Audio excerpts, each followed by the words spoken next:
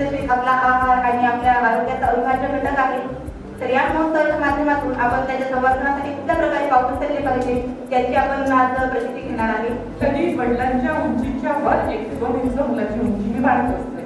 आपल्या कपल्समध्ये म्हणजे स्त्रिया, कन्या आणि पुरुष उंच असतात म्हणून हा क्रायटेरिया आहे। नाहीतर त्या कपलमध्ये जो उंच असेल त्याच्या उंचीच्या 2 ते 3 इंच वर ही मुलाची उंची व्हायलाच पाहिजे।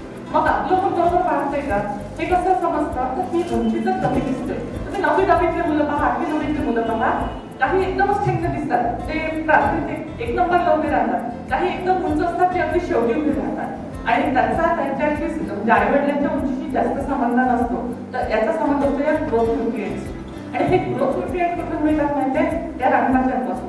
सगळ्यात चांगला सोर्स ग्रोथ न्यूट्रिएंट्सचा रानभाजी आहे।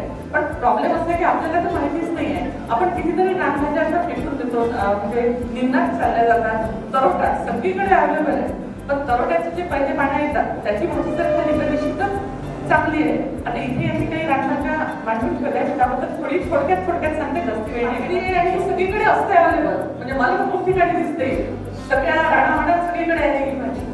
जर बाळंतिणीला दूध देत नसेल तर हा भाकरीचा फार चांगला उपयोग आहे। आपल्याकडे इतकी घाणेरडी सवय आहे की त्या बाळंतिणीला देतात वरण आणि पोळी, असं नका करू, तुझ्या पालेभाज्या आणि त्यात जर याचं प्रमाण वाढवलं तर निश्चित दुधाचं प्रमाणही वाढतं। आणि ॲलोपॅथीमध्ये स्टिरॉइड शिवाय किंवा हार्मोन शिवाय दूध देण्यासाठी दुसरं काहीही नाही आहे। पण त्याऐवजी जर आपण पातळीची भाजी दिली, खोबऱ्याचं प्रमाण वाढवलं, तिचं खाद्याचं प्रमाण वाढवलं तर निश्चित दुधाचं प्रमाण वाढतं।